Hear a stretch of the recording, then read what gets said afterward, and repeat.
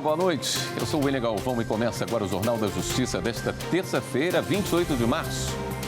Supremo Tribunal Federal promove audiência pública para discutir marco civil da internet. Entre hoje e amanhã, especialistas e autoridades debatem sobre a responsabilidade dos provedores de internet diante de conteúdo de terceiros e a remoção de material ofensivo. Esse é um dos destaques de hoje e você acompanha também nesta edição. Segunda turma do STF condena o Estado do Rio de Janeiro a indenizar família de menino vítima de bala perdida dentro de casa. Juiz acusado de agressão pela esposa tem 5 dias para prestar esclarecimentos à Corregedoria Nacional de Justiça. E ainda, tudo sobre a integração da Rádio e TV Justiça, que agora estão juntas nas redes sociais.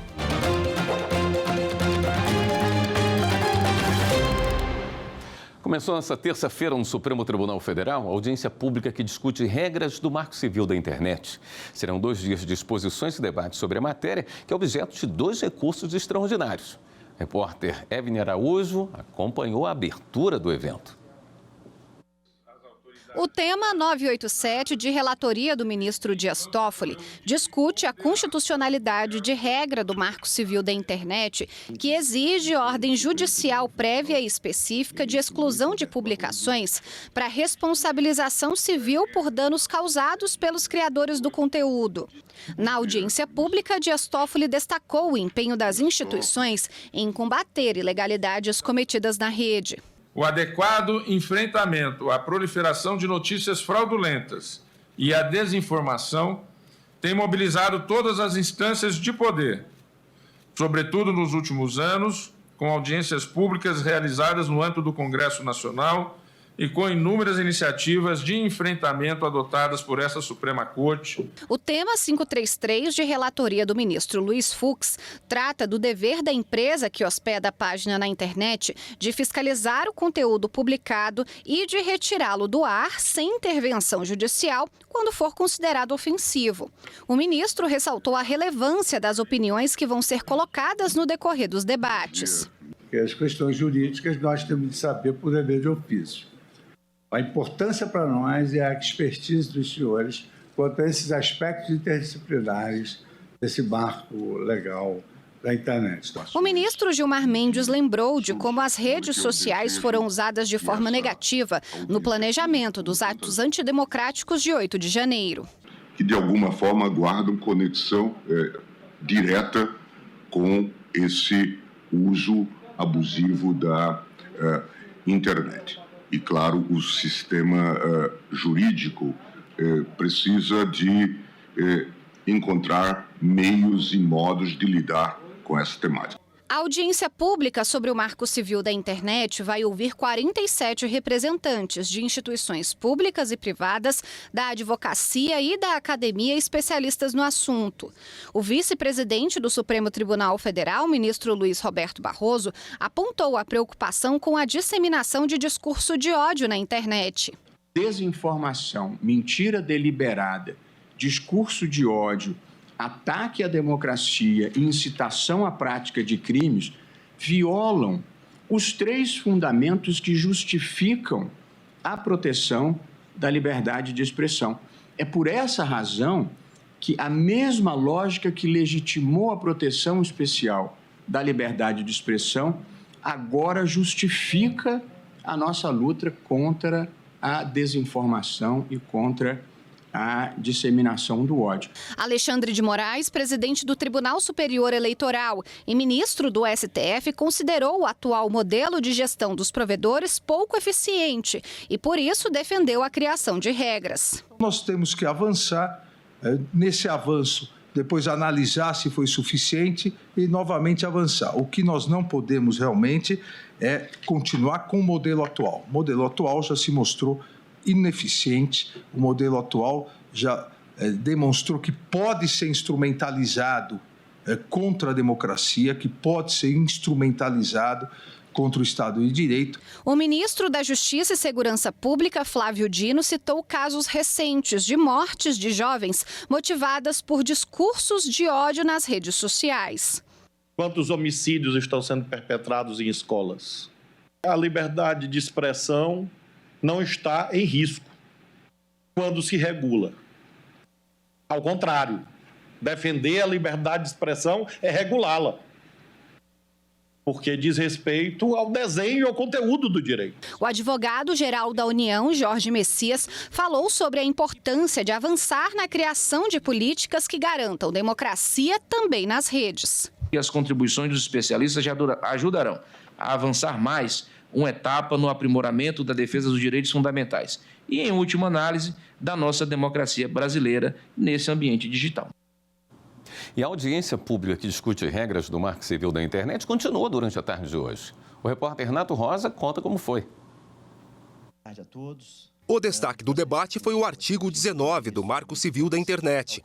A norma estabelece que os provedores só podem ser responsabilizados por conteúdo de terceiros se descumprirem ordem judicial específica de remoção. A consultora jurídica do Twitter Brasil defendeu que o Marco Civil da Internet é um instrumento importante de liberdade de expressão e as empresas do setor têm atuado com responsabilidade. A experiência do Twitter, que é uma plataforma que é utilizada por muitas figuras públicas e em que diversas organizações fazem ativismo, inclusive para discutir entre si, não seria sustentável facilitar essa conversa sem o artigo 19. Se meras notificações extrajudiciais fossem o bastante para que o Twitter se tornasse corresponsável pelo conteúdo gerado por usuários, parte notável dessa conversa teria de ser suprimida com base na versão unilateral e nos sentimentos de alguém. O diretor de políticas públicas do TikTok do Brasil apresentou um balanço da plataforma sobre um período conturbado, as eleições de 2022 e a semana do 8 de janeiro. A plataforma cumpriu 92 ordens judiciais para tirar sites do ar e removeu por conta própria mais de 76 mil vídeos. Esses números demonstram cabalmente que não estamos passivos, nem inertes, nem lenientes. Muito pelo contrário, estamos trabalhando proativa e permanentemente para remover conteúdo violativo e manter o TikTok um espaço seguro e cívico, sendo os casos de intervenção judicial ínfimos se comparados à atuação da plataforma. Em comum, esse foi o tom das manifestações dos representantes das plataformas. Eles apontaram que não há inércia na avaliação de retirada de conteúdos das redes sociais e destacaram a importância de regulamentação complementar sobre o tema, sem alterar o regime de responsabilidade do Marco Civil da Internet. O advogado da fundação responsável pela Wikipedia alertou sobre os riscos de censura e que as regras do Marco Civil da Internet são importantes para ampliar a participação de quem produz conteúdo. O fato é que esse modelo de governança, de produção e governança de conteúdo, com base totalmente colaborativa, tem sido muito bem sucedido em produzir uma informação de boa qualidade, com dados fontes verificáveis, e que é um combate às ditas fake news. Os representantes da GetEdu, parceiros do Google em projetos de educação e da Associação Brasileira de Internet, ressaltaram a importância de filtros, mas com o cuidado contra a censura. Toda forma de censura não é a melhor, porque o conteúdo que eu produzo, que os senhores produzem, que todos nós produzimos, é a forma mais genuína de libertar o nosso pensamento. Diferentemente se excedermos os limites que adentram na esfera de terceiros e na esfera da coletividade, porque o bem maior é o coletivo. O individual faz parte para o crescimento de uma coletividade saudável, plural e forte. Moderação de conteúdo deveria ser mais informativa, mais transparente, mais coerente. E esse é um ponto típico, e esse é um ponto próprio para a regulação da internet. Esse é um ponto que está na mira do Congresso Nacional e, de certa maneira, acho que vale dizer, esse talvez seja o nó górdio da questão. Já o presidente da Anatel disse que os consumidores são os mais prejudicados, porque as plataformas se protegem ao afirmar que são apenas intermediários. Nesses processos investigativos da agência, nós identificamos que diversas delas oferecem serviços de armazenamento dos produtos ilegais, embalagem desses produtos ilegais e o despacho de produtos ilegais. Muitas dessas plataformas impulsionam e lucram com a comercialização de equipamentos que infringem a lei. E a audiência continua nesta quarta-feira, a partir das 9 horas da manhã, na sede do Supremo Tribunal Federal em Brasília. O evento conta com transmissão ao vivo pela TV Justiça, pela Rádio Justiça e pelo canal do STF no YouTube. A seguir, segunda turma do STF condena o Rio de Janeiro a indenizar família de menino vítima de bala perdida dentro de casa. Voltamos em instantes.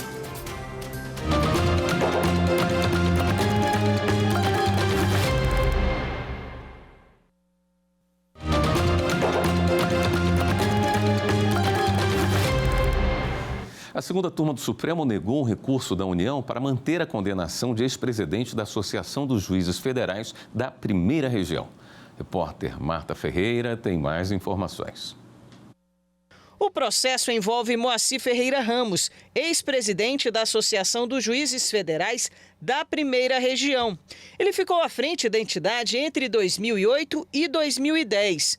O Tribunal de Contas da União julgou irregulares as contas apresentadas por ele durante o período. Moacir Ferreira Ramos foi condenado pelo TCU a pagar 5 milhões de reais, além de ser impedido de ocupar cargo em comissão e de função de confiança no âmbito da administração pública federal por 8 anos. A defesa dele recorreu e conseguiu reverter. A União, então, entrou com recurso, questionando a decisão que havia declarado a ocorrência de prescrição da pretensão punitiva do Tribunal de Contas da União. O recurso da União foi analisado pela segunda turma do Supremo. O relator do processo foi o ministro Ricardo Lewandowski, que negou o pedido da União e manteve a decisão entendendo que o TCU não poderia mais analisar o caso porque já tinha passado o prazo de 5 anos previsto na lei. O ministro Gilmar Mendes seguiu o voto do relator. Já os ministros André Mendonça e Edson Fachin divergiram. O julgamento havia sido suspenso e foi retomado nesta terça-feira com o voto do ministro Nunes Marques, que acompanhou integralmente o voto do ministro Ricardo Lewandowski. Logo tenho como caracterizada a prescrição.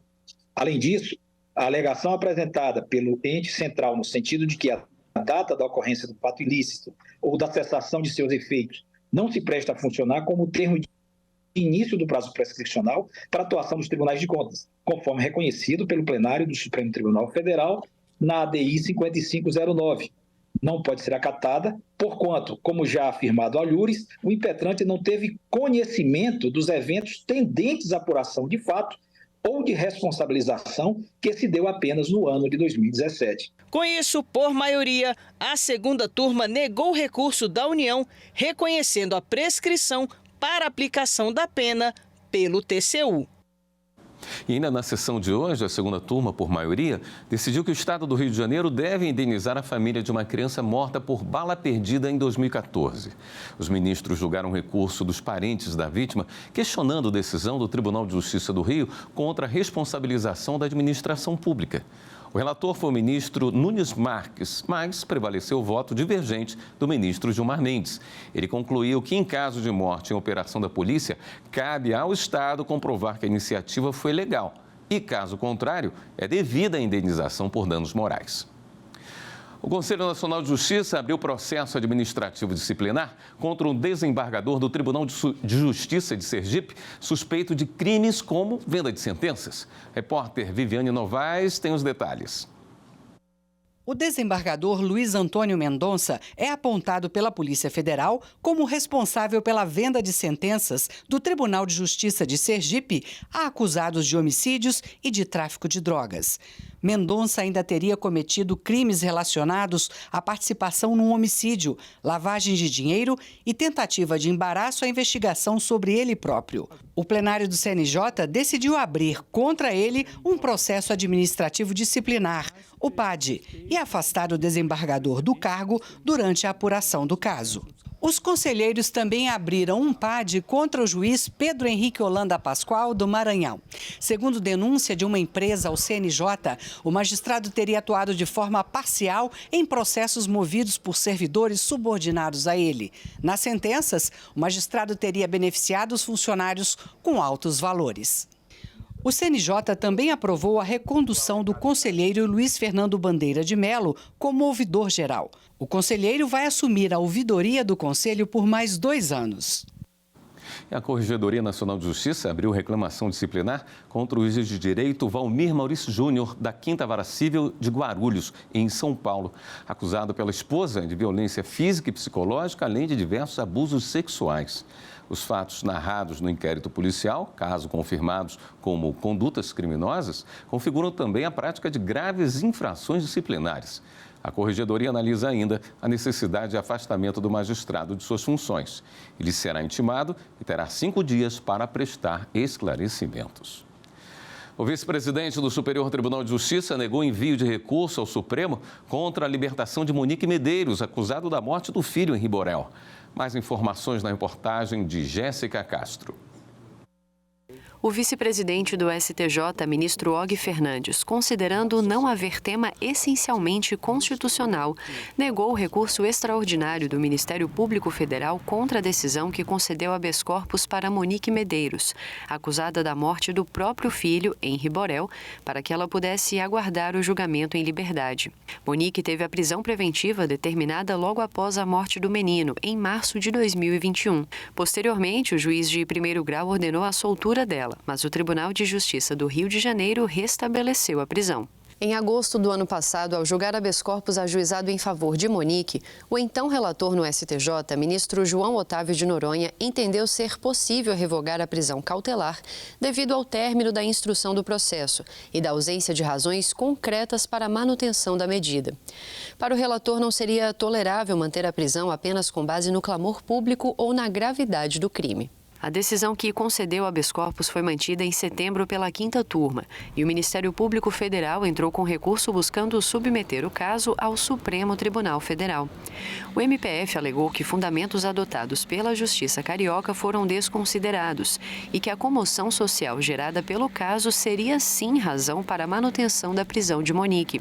Mas, segundo o ministro Og Fernandes, o debate diz respeito a exame de artigos do Código de Processo Penal que, mesmo que fossem violados, seria apenas de forma indireta, o que não justifica o encaminhamento dos autos ao Supremo Tribunal Federal.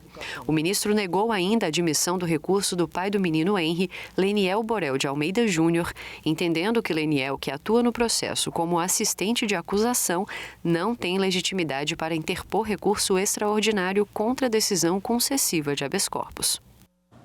Você sabia que agora a rádio e a TV Justiça estão juntas nas redes sociais? A gente fala sobre esta novidade no próximo bloco. Até já!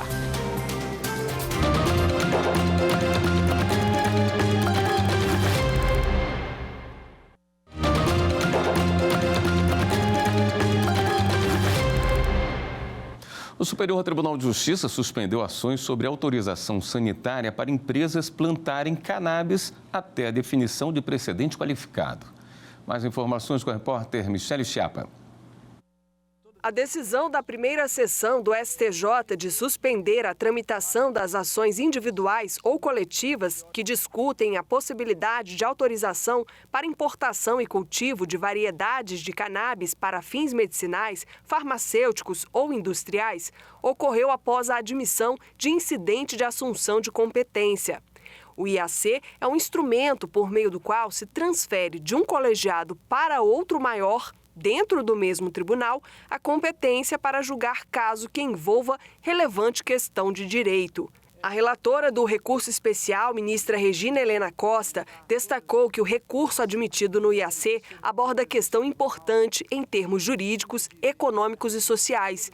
Quanto à suspensão dos processos, ela explicou que o cultivo de variedades de cannabis é uma questão controversa e mesmo na hipótese de reconhecimento pelo colegiado da possibilidade do plantio no país, a efetivação da decisão exigiria uma série de providências judiciais e administrativas.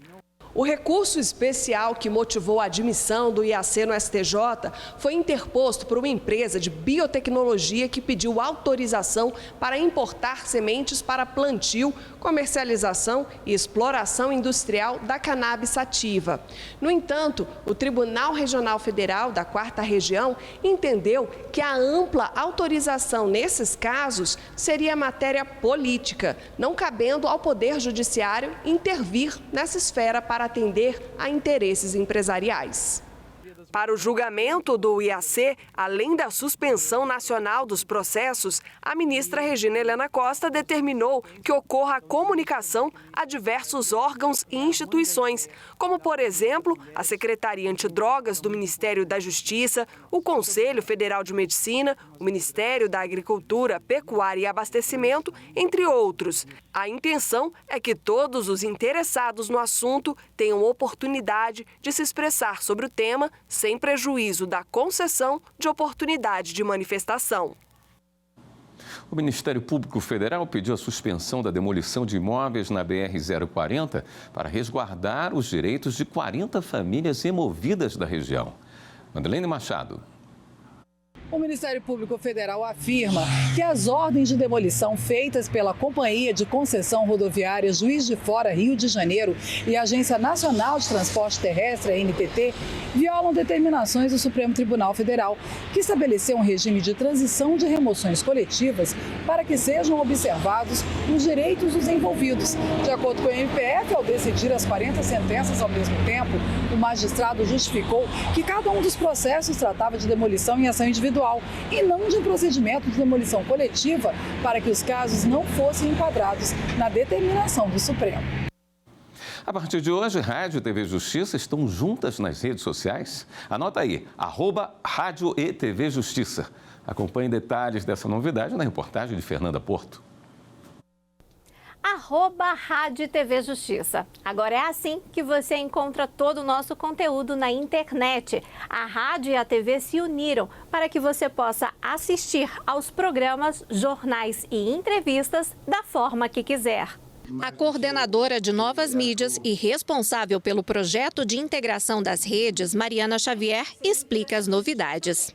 A ideia é que o público tenha com essa integração cada vez mais liberdade para assistir o conteúdo da TV e da Rádio Justiça da forma que ele quiser. Então ele está indo para o trabalho, ele pode escutar um podcast da rádio no Spotify no carro dele, ele está em casa, mexendo no celular, pode ver um vídeo no YouTube, um documentário, um programa especial, às vezes quer assistir pelo Twitter, ao vivo, o jornal ou a sessão plenária. Então a gente dá essa liberdade, ele pode assistir on demand, quando, como e onde ele quiser. E estamos por aqui também. Nas redes você curte, lê, compartilha e se informa sobre diversos assuntos.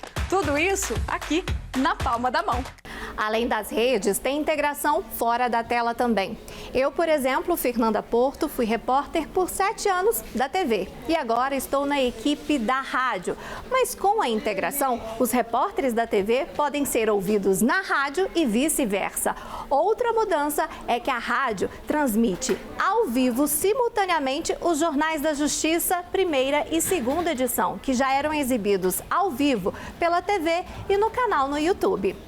O programa de debate Justiça na Tarde, que acontece ao vivo na Rádio Justiça, pode ser visto. Isso mesmo, só acessar o canal no YouTube para ver as imagens em tempo real diretamente do estúdio. Quem conta os detalhes para a gente é o coordenador administrativo Henrique Paranhos. Nós temos uma conta no Spotify, tá? Antigamente era a conta só da Rádio Justiça. Nós subimos vários materiais da rádio, vários programas, tá? A novela, programas semanais, nós subimos que achávamos de destaque. E quando falaram da junção dos dois veículos, o mote foi, vamos começar pelas redes, vamos começar pelo Spotify. E aí nasceu o Spotify Rádio e TV Justiça, a conta de Spotify.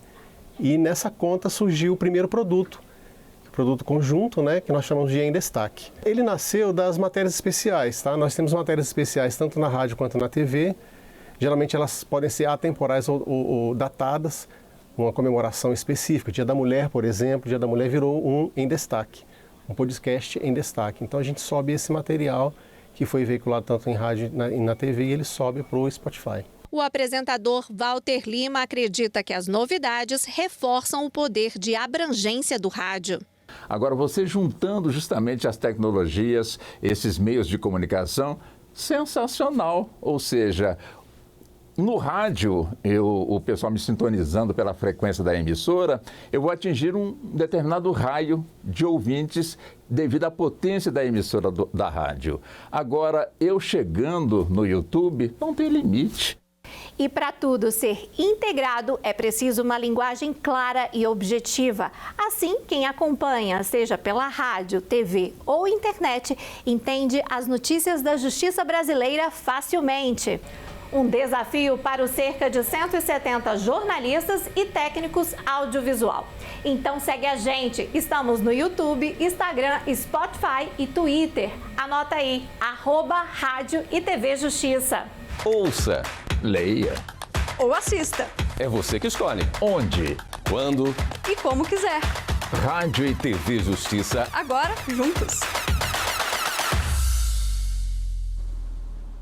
Esta edição do Jornal da Justiça fica por aqui. Obrigado pela sua companhia, uma boa noite. Até amanhã.